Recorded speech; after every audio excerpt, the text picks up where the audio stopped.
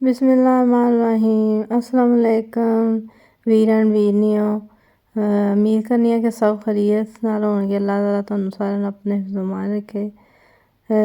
तो इसी दुआ के साथ हम करते हैं अपने वो व्लॉग का आगाज़। तो चलो जी, आज मैं बना रही हूँ सुबह सुबह नाश्ता अम्मी के लिए। उनकी तबीयत ख़राब सी तो आज कह रहे हैं कि मैं पराठा नहीं खावांगी, उन्होंने थोड़ा ज़रा बीपी आई सी। तो मैं चलो जी तुहानू मैं ब्रेड का नाश्ता देनी है, नाल अंडा शंडा बना के। चाय मैंने सबके लिए बनाई थी। आज तो वैसे बच्चों को छुट्टी थी और हमने जाना था ख़त्म पे, तो मैंने कहा चले। मैं आज सुबह उठी हूँ, नमाज़ पढ़ी है, कुरान पाक की तिलावत की, उसके बाद मैं सोई नहीं।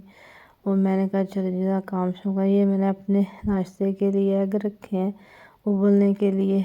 तो सुबह तो मैं के साथ ही नाश्ता करती हूँ। ये मैंने अंडे की जर्दी निकाल दी थी क्योंकि उनका बीपी आई था, तो वो कह रहे थे मुझे ऐसे निकाल दो। चलें जी, उनको मैंने नाश्ता कराया, मेडिसिन दी। और उसके बाद जी फिर तकरीबन 9 बज गए थे सुबह के। और मेरे बेटे ने घर रहना था, बेटे के लिए मैंने कुछ चीज़ें भी बना के रखनी थी, कुछ फ्रूट चाट शाट। तो मैंने कहा चलो जी फिर असी हो जाने शुरू। तो फिर मैं भी काम शाम निपटा दिए क्योंकि फिर सब भी हो जाते हैं तैयार। और मेरी आ जाती है शामत के जल्दी करे, अब मैं लेट करती। चलो जी ऐहो गल करने वाली। मैंने सारे घर को देखना, सारी चीज़ें समेटना, किचन को भी साफ़ सुथरा कराना।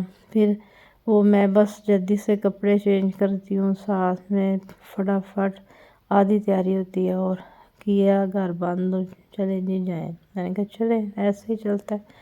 तो फिर मैंने 2-3 दिन पहले मैंने क्रीम मंगवाई थी, वो पड़ी हुई थी। तो मैंने कहा ये मैं फ्रूट चाट बना देती हूँ। तो चीज़ें बना मैं फिर फ्रिज में रख देती हूँ।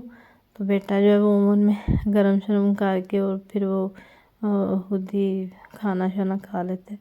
वैसे तो ऑर्डर पे बाहर से मंगवा लेता है, लेकिन बाहर की चीज़ें तो सेहत के लिए अच्छी नहीं होती, इसलिए मैं कोशिश करती हूँ कि इनको घर में बना के। तो चलो जी, अज बड़ियां गल्लां हो गईयां साडे दरम्यान इन्हां रैसपियां तैयार टूट के। ਇਹਦੇ ਨਾਲ ਖਾਣ ਪੀਣ ਦਾ ਤਾਂ ਚੱਲਦਾ ਹੀ ਰਹਿੰਦਾ। तो ਹੁਣ ਅਸੀਂ ਗੱਲ ਕਰਨੇ ਆ ਥੋੜੀ ਜੀ ਆਪਣੇ ਅੱਲਾ ਦੇ ਰਸੂਲ ਦੇ ਹਵਾਲੇ ਨਾਲ। देखो जी, अल्लाह ताला ने सानू दुनिया ते किस मकसद वास्ते भेजा। मैनू बड़ी सुन के हैरत होंदी है बाज़ दफ़ा कि साडा सब दा फ़र्ज़ बनदा है कि असी अपने इर्द गिर्द जदों असी बाहर निकलीए या असी किसी महफिल च बैठे होइए, तो हमें चाहिए कि हम ना चाहे 10 मिनट 5 मिनट मैक्सिमम आपका ज़्यादा भी टाइम हो, टाइम निकालना भी हमें चाहिए। तो हमें जो है ना एक दूसरे के साथ ना नेकी की कोई ना कोई बात शेयर करनी चाहिए, ताकि हमें कोशिश करनी चाहिए कि हमारी वजह से दूसरों का कुछ फ़ायदा हो। दूसरे भी जो हम भी कोशिश करते हैं कि हम जो है ना नमाज़ पढ़ें और सच बोलें हमेशा। चाहे आपको ये नहीं कि जिसके मुंह पे हो उसके भले की बात करें, दूसरे को नहीं। आपको चाहिए कि आप सच बोलें और साफ बात करें, अगले को अच्छी लगे या बुरी लगे।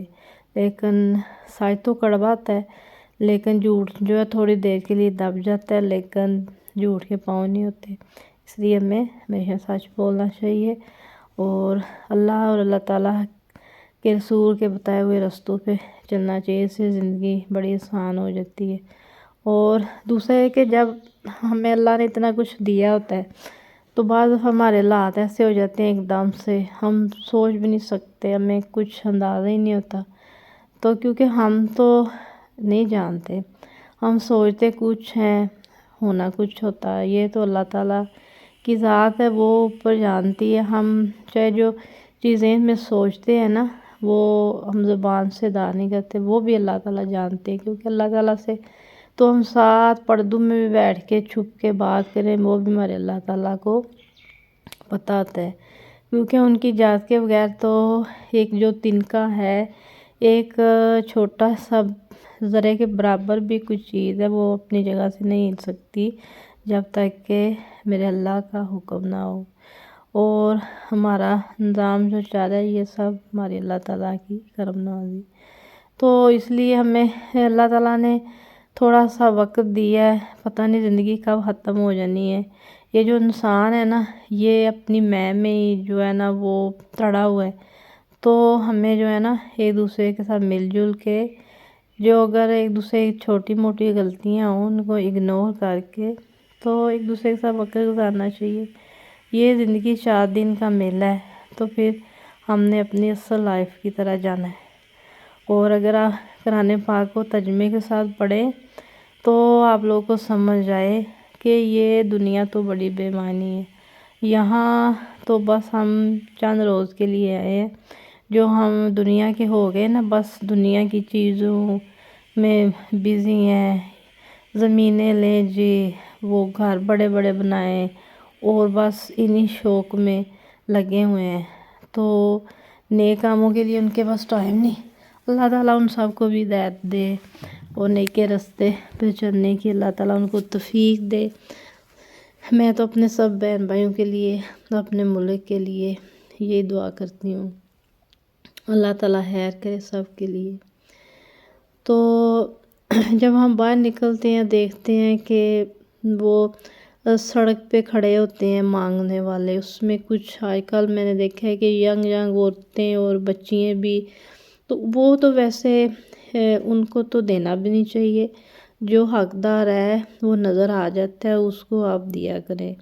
اور جب کوئی مانگنے والا آپ کے دروازے پہ آئے، بوڑھا ہو یا جوان، تو بجائے اس کے کہ ہم یا آپ اس کو جھڑک کے، اس کو اتنے غصے سے بول کے ہم بھگا دیں، یہ اللہ تعالیٰ کو پسند نہیں۔ اگر آپ کے دروازے پہ کوئی مانگنے والا آتا ہے نا، تو آپ کے پاس اگر ہوتے ہیں معاملات، بعض دفعہ انسان کے پاس پیسے نہیں ہوتے یا کچھ معاملات ہوتے ہیں، اگر نہ ہو تو آرام سے اس سے معذرت کر لیں۔ اگر تھوڑے بہت ہیں تو اس کو دے کے رخصت کر دے، کیونکہ یہ چھوٹی چھوٹی جو چیزیں ہیں نا، ان کو نظر انداز نہیں کرنا چاہیے۔ تو ہمیں کوشش کرنی چاہیے کہ چھوٹی سی چھوٹی جو نیکی ہے وہ بھی ہم ضائع ہونے سے بچائیں، اور ہر اس کام میں حصہ لیں جو ہمارے اللہ کو پسند ہے۔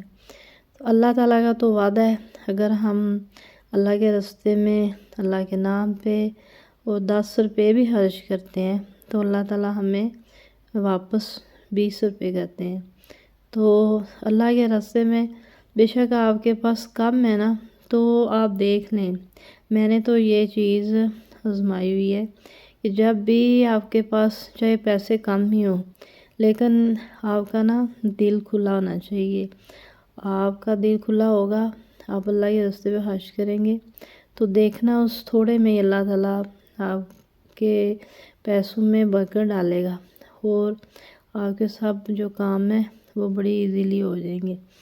تو جب ہم نماز پڑھتے ہیں نا، تو ہمیں اللہ سے مانگنا چاہیے، ہم لوگوں سے، بندوں سے ہمیں جو ہے نا امید لگا کے نہیں بیٹھنے چاہیے کہ ہمارا فلاں جو رشتہ دار یا فیملی ممبر اس کے پاس منی زیادہ ہے، وہ امیر ہے، تو ہم آس لگا کے بیٹھے نہیں۔ ہمیں اپنی محنت کرنی چاہیے، اپنی محنت کا مزہ ہی کچھ اور ہے۔ اسی کے ساتھ آپ سے اجازت چاہتی ہوں، پھر ملیں گے۔ اللہ